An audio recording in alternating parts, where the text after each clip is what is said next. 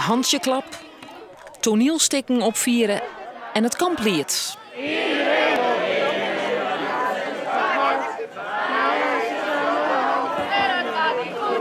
De vakantiespulweken in Appelskeer binnen Uiteindset. Dit hier doggen de 250 BMI om de eerste weken.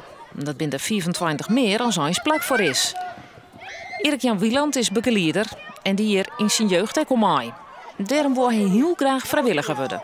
Omdat ik gewoon geweldig vind om die kinderen te begeleiden. Ik vind het zo leuk om de spelweek mogelijk te maken. Dat de kinderen gewoon plezier hebben. De Spultjeweek is officieel hier in de trocht waar wethouders. Waar ziet de boer op dat een soort herinneringen op. Hij die maai onder de allereerste vakantiespulweken.